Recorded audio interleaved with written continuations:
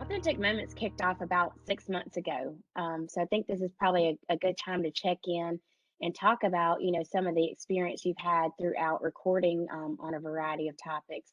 And though I want to take us a step back. So you've been in your role for how long now, Kiva? For about 2 years. So over that time period, if you had to reflect back on, where Cone Health was when you stepped into this space, where Cone Health is now, and where we're heading, how would you describe that? Yeah. So when I stepped into this space, DEI was not foreign to Cone Health, right? So they've been on a journey. We have been on a journey for a long time. And so this was just an opportunity for us to take it to the next level. And so just so grateful to be able to be in this space, to be able to do that for Cone Health and for our community. So I think that there was a great foundation that was set, which is nice, right? And so you can build off of what was already there. And one of the things that has always been there, which really is a differentiator for us, is that our CEO and our executive team are understand what it means to advance the work of DEI, how it impacts every strategy that they ever wanted to achieve, every goal that they ever wanted to achieve. You can't do that without DEI, right? And so they realized that. So we did not have to spend a lot of time on building a business case because our executives get it. They know that it needs to be woven into everything we do. So I think that stepping into that, I really didn't have a lot of the challenges that some people stepping into a chief diversity, equity, inclusion officer would have. So I'm very, very grateful for that. As I think about where we are now and where we're headed, we're really about impact, and we're getting ready to really we're really to get to work and to really start to put some action behind behind our intent. And that's going to be different for our organization because it's going to be changing things that maybe have not been changed ever and have not been explored and thought about differently. So we'll start to ask some different questions. Who's missing? Who's at the table? Who needs to be at the table? How do these policies and practices contribute to oppression, right? And so we're going to be taking it really, really a step further and to really start to embed it into everything we do. And people will start to see that. So I'm really excited about our next phase and where we're going. That really is exciting, and I think about having had the opportunity to talk with you, on this topic many occasions, and we think Mm-hmm. about intent to impact and our words into practice, right? And Yep. so I know one of the recent episodes, which was probably one of the most popular ones, was on the tattoos. Yeah. People having their opportunity to share, what's unique about them. And so, talk to us a little bit about the policy around tattoos and perhaps some other examples of policies that we're going to begin digging into. The policies around tattoos, and I love that episode was so much fun. And I think that when I think about how our employees got so excited and engaged in that and participated in that, it was just phenomenal. And it showed that inclusivity is what we are about. And so I had a lot of fun doing that. So the policy, at one point you had to cover up your tattoo at Cone to work at Cone Health. And then Kenneth Renford, who is the executive over our clinical nursing operations, um, he started asking questions, right? And so when he would do his listening tours, or with his teams, and they would talk about how much they did not like the policy and why is it that way. And so he and his team were very intentional about why is it that way. And so they did research and looked at different other organizations and kind of why that would have to be that way in healthcare. And they found out it doesn't, right? because they would have to try to cover it up, which meant, that's more less sanitary than, to have to keep taking it off and putting it back on, changing it and all of that. And so they made that decision that, you know what, you don't have to cover them up at Cone Health. And I'm telling you, you talk about differentiating who we are and how we embrace differences and everybody's expressions. That's just one way that really, really that employees appreciate it. And new employees come to work here because they don't have to, cover up their tattoos. That's awesome, Kiva. It definitely underscores the need for systemic change. So we're not just looking on the surface, but we're examining things that we've always done and try to uncover opportunities to create, greater inclusivity. And I think that's important for listeners and viewers to understand that you didn't say I. So you didn't say I as the Chief Diversity, Equity, and Inclusion Officer, but there's a collective we as we think about Cone Health. So talk to us a little bit about responsibility and ownership across the organization and what that looks like. So who owns diversity, equity, and inclusion? Yeah. So it's absolutely a collective ownership. And it's every employee's job at every level to own diversity, equity, and inclusion, right? And that means, and what I mean by owning is understanding your biases, understanding how they may take you out of relationship with someone, understanding how to mitigate those biases, um, really making sure that you are incorporating this into your job, right? You're thinking about, hey, how am I respecting all people? How am I leaving this person? How am I responding in a way, whether it's through patient care or my teammate, in a respectful way and with dignity? And it's really about that. And so if we were to think about our day to day, and that's every employee's day to day, how they can incorporate this in what they do, then that's what's going to be the change for Cone Health, right? Is when everybody makes it a priority. And so yeah, this is not my job. This is not the Office of DEI's job. It's not only Mary Jo's job, right? It's everybody's job. And we all have a role to play. And so you know, that's part of the reason why we start with a learning curriculum, right? When we talk about our strategy, we got to get every employee understanding the language and understanding what it means to have biases. We all have them, right? And so if you got a brain, you got bias. And so we have to think about that. So we started to teach people about what that means, and I'm still a good person and I have bias, right? And so I think that just helping people understand what role that plays as you're advancing the work, and also just how to have conversations. And so, we rolled out the every conversation matters. It doesn't matter what the conversation is, right? It's just how do you do that? And how do you do that with respect? How do you listen? How do you respond in a way that continues the conversation, not shut the conversation down? So it's a lot individually that we have to do. And then when we take that and we bring that into our workplace, I mean, who wouldn't want to be in an organization where the conversations are flowing and people are not not afraid to have a conversation, and relationships are built, and it's just it's just creating that sense of belonging. So I heard you talk about learning, relationships, conversation. So those Yep, seem to be very critical elements as we think about this journey that we're on. And for me as a Cone Health employee, although I'm not in the office of DEI, I can take up that mantle and stay in the learning zone. I can have yep, conversations with people who are like me and people who are not like me, um, to really create that relationship and that common ground.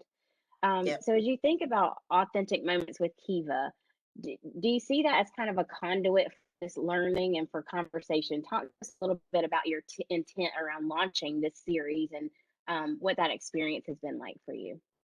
Yeah. So it's definitely about learning, right? And that's the message that I wanted to give with Authentic Moments. Number one, I wanted to say so that people would leave understanding that we're all different and unique, and we can celebrate and embrace that, and uh, we'll never stop learning. And so this is an opportunity for people to learn more and to get to know each other in a different way. Yeah, Tammy, I get so many emails and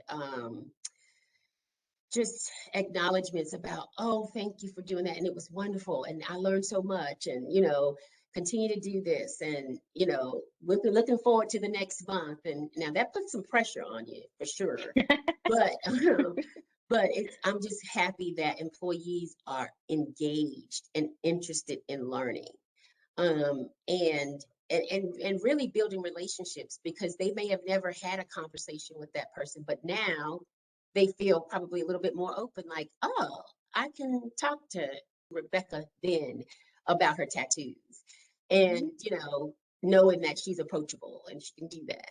So I think it just opens the door for a lot. When you think back to that episode and you're a little nervous going into the conversation and feeling like you weren't like 100% educated or knowledgeable on all possible things, what comes to mind for me is the DEI statement where you talk about being courageously curious. So, Hmm. Hmm. perhaps that's the model you're setting for the organization as we think about having conversations with people, perhaps that we don't necessarily identify the same way that they identify. And I think sometimes there can be this fear and hesitation to even approach it because if I'm not an expert, what are they going to Yeah. think, Yep. right? Yep. Yep. So, what advice do you give to folks as they think about that and think about approaching someone who's different and want to strike up some dialogue? Any tips for Yeah. that?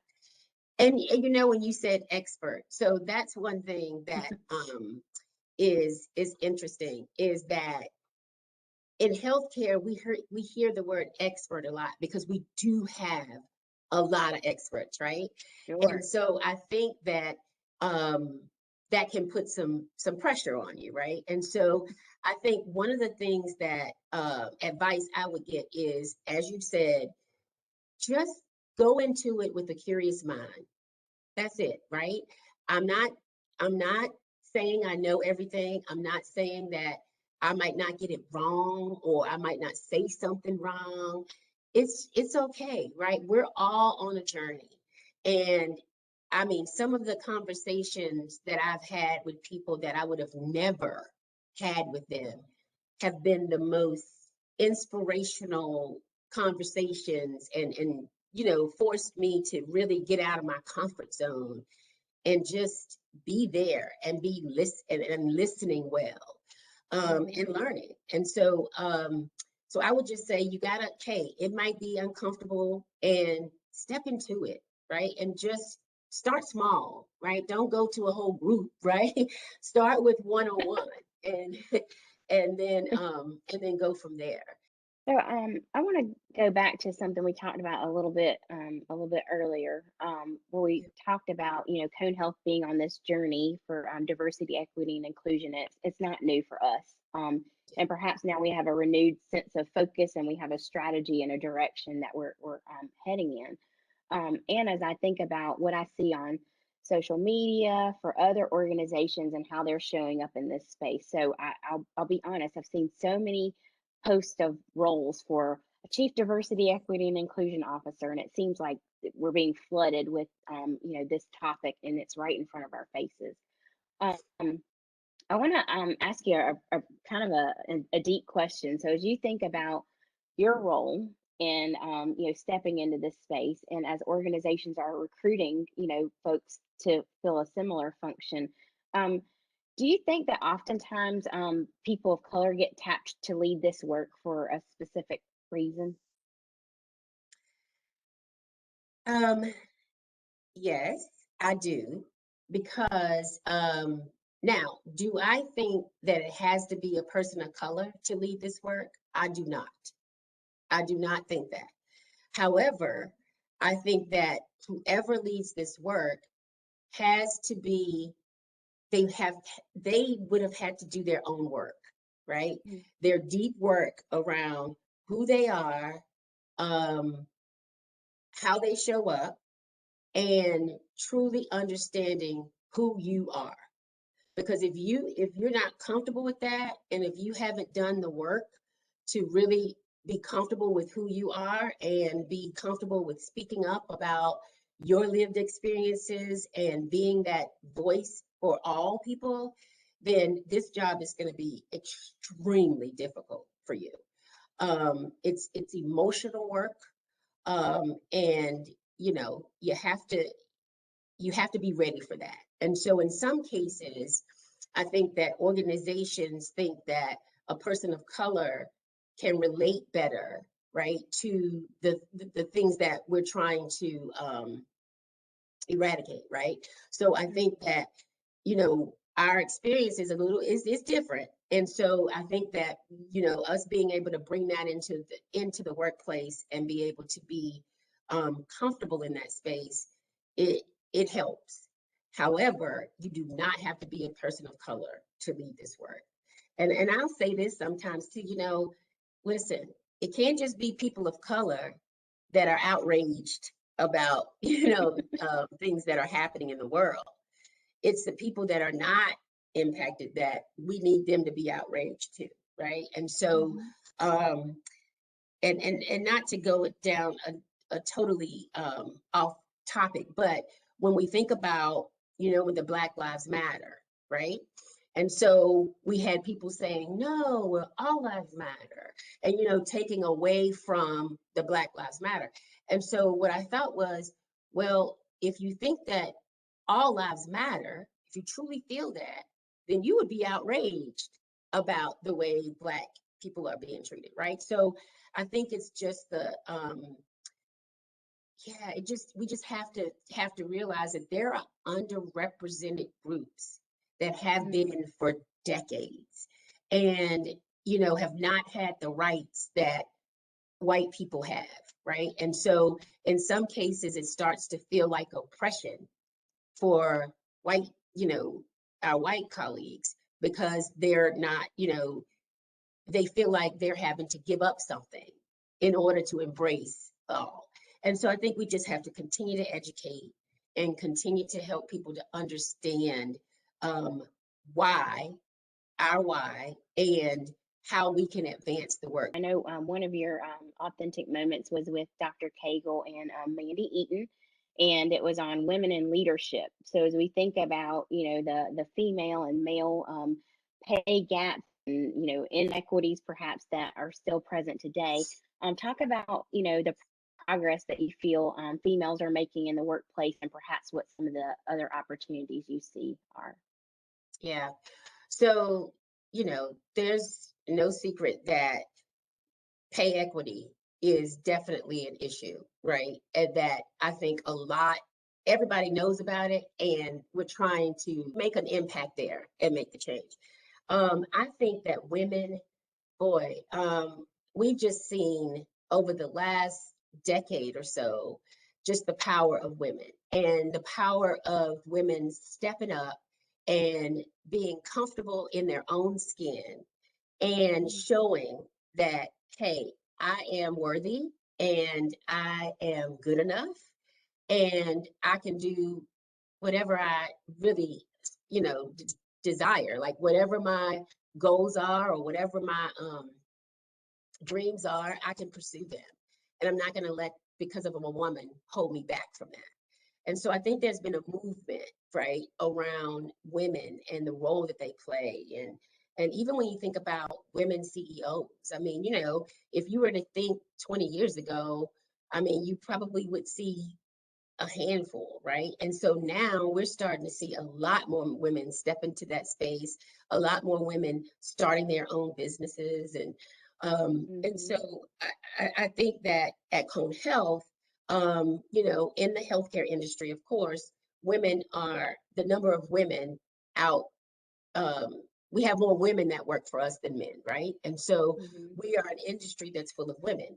But it's not only for us to be full have a a lot of women that work here. What are they doing? How are they progressing? How are they growing? How are we supporting them in their journey? And how are men supporting them? Because that's really what it's about, right? Is that the men Hmm. can see the plight and kind of understand the plight of a woman and step up and be that advocate for the women. So I think we got a long way to go, Tammy, but I think we're moving in the right direction. And boy, if we can get that pay thing right, it'll be sweet. Yeah, we would be starting to arrive, right? If we could get that Yes, right. absolutely. Still Absolutely. wouldn't be over, but we'd be arriving. Yeah, we will be arriving. Yep. So I heard you mention advocacy as you thought about, males supporting females in the workplace and their progression. And so I think of just that broader term of allyship, no matter if it's around gender differences, no matter if it's around sexual identity and differences there. We know that the dimensions of diversity are very broad and wide. So it's not just about skin color or your gender. There's a lot more packed into that.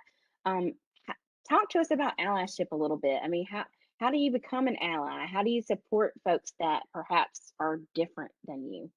Yeah. So, you know, when people say the word ally, and I'm an ally, and you think about what that really means, what an ally is you are standing up for the rights and the justice for whatever group that you're an ally for. It is not just words on paper. It's really being that voice for them. It's actually, in some cases, supporting different organizations that support that particular group. It's actually um, they can depend on you, right? And so they don't have to tell you to be there for them. It's just going to automatically happen. And so I think some people just they say they're an ally, but then they don't show the actions, right? And so it's about action. That is what allyship is about. And it's It's about, more than a Facebook post, huh?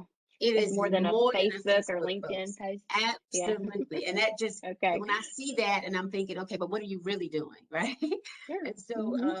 so yeah, it's really about that, taking action.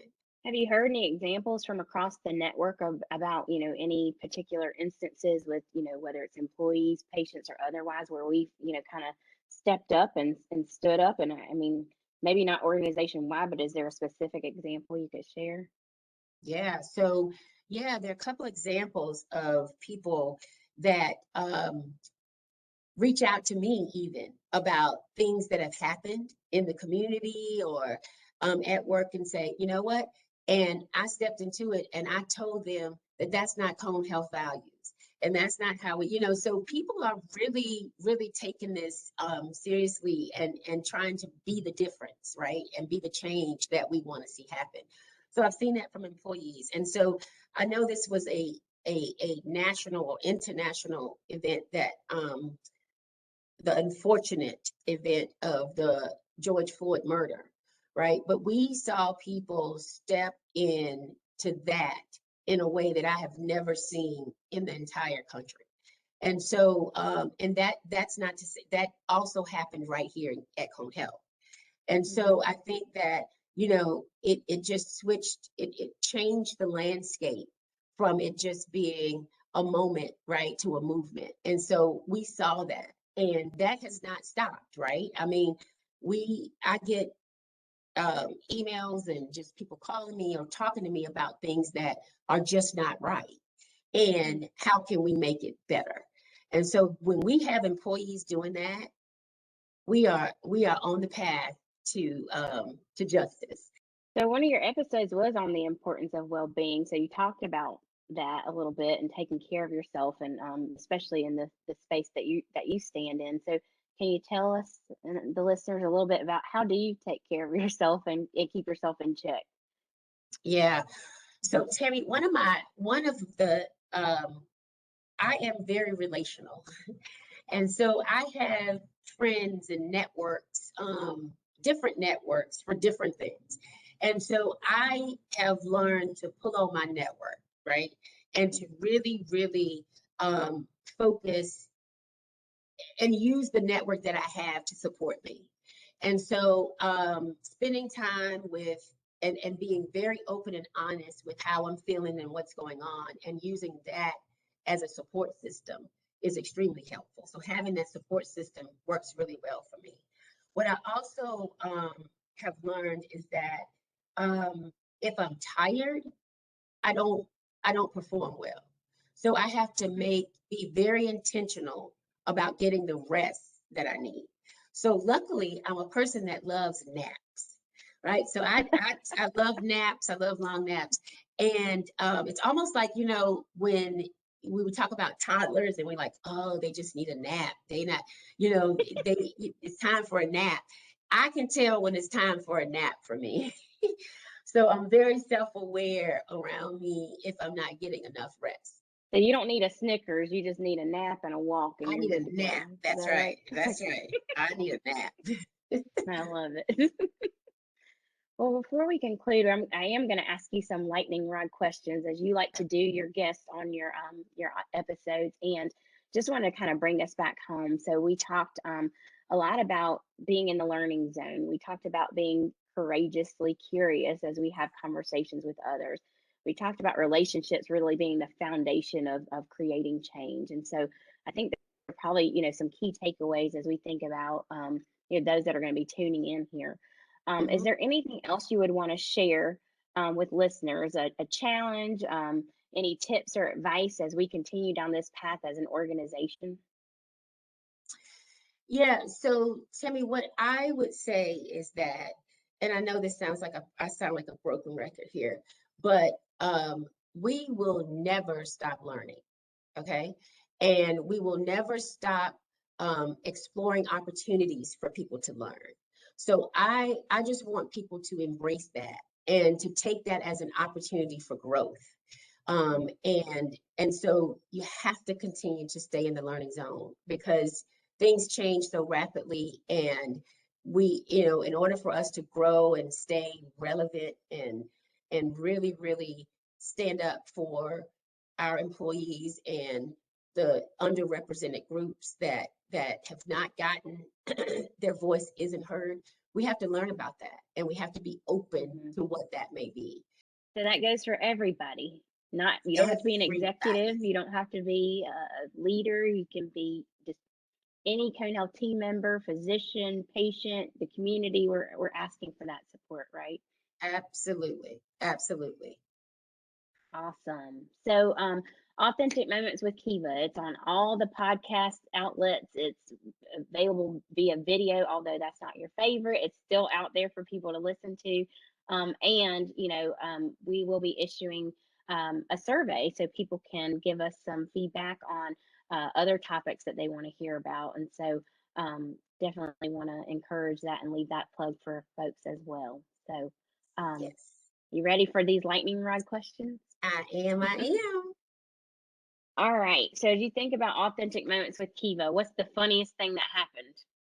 So, okay. So the funniest thing that happened, and I think it was actually, we recorded it too, and I think we showed it, is that on the episode this month with the LGBTQ um, patient care and how we care for patients, um, one of the one of the guests said something about her being old. And she said that when we were talking before we start recording. And then in the session, I said, now you said you were old. And so it was just funny that I'm there and I'm probably older than she is and I'm calling her old. So that was one of the funniest moments. But there again, we had already connected and talked about that. So it was just kind of funny as we think about that, because when you think about dimensions of diversity, right, age is one.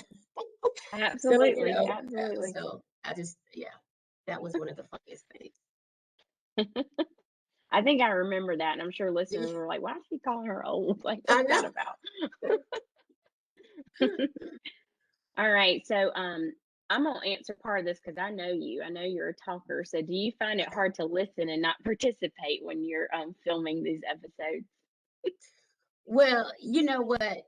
I get so excited about the conversation that I think that Tammy, what this has done for me is I've become a much better listener because I'm so intrigued by, their stories and their experiences that it really has helped me a little bit from to be a better listener and not have to participate all the time. But it's not easy, but it's gotten a lot better because I'm just so fascinated. Have any of your behaviors or your thinking changed as a result of an episode or topic that you covered? Yeah. I think that Tammy, with all of these episodes, what has changed for me is that I don't have to be the expert, right?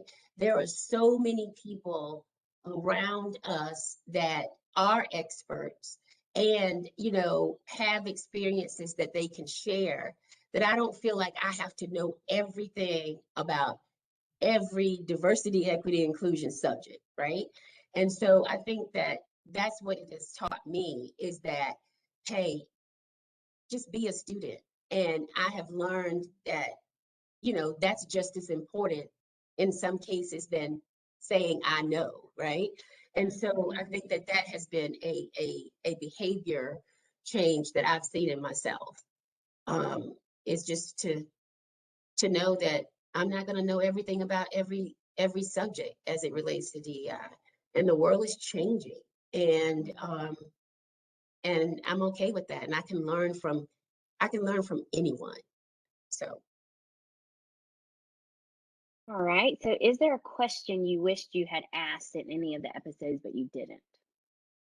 I don't, Tammy, you know what? I really don't think so because I have, of course, questions that I want to ask, but I go off script so much that I end up asking things that maybe are not, a part of the original thing. So I kind of, I don't think so. I'll offer, with that response that that's what makes these episodes authentic. So it's not scripted, and while you might have something in mind, you let it be organic, and Yeah, take the form and the shape that it needs to take. And I think there's definitely something to be said there, and there's nuggets, for all of us as we listen to each of these episodes, and even offer you recommendations on what they could look like going forward. So. Um, yeah, Thank you yeah. for letting me interview you today. I hope it's been painless and that Oh you've no, enjoyed it the has been. experience. And Tammy, I wanted to say one more thing too, because I know you had asked me about a challenge that I would give to anybody. I really want to know what people want to know, right? And what Yeah. do they want um future episodes to include, right? What do they want to learn more about? What are they um curious about? And so Mhm. just I would welcome that we can kind of get to hear from our employees about what they would like a topic to be going forward. And I know we're going to do that Yeah. and send out something, but I want to get the juices flowing around what that could be. So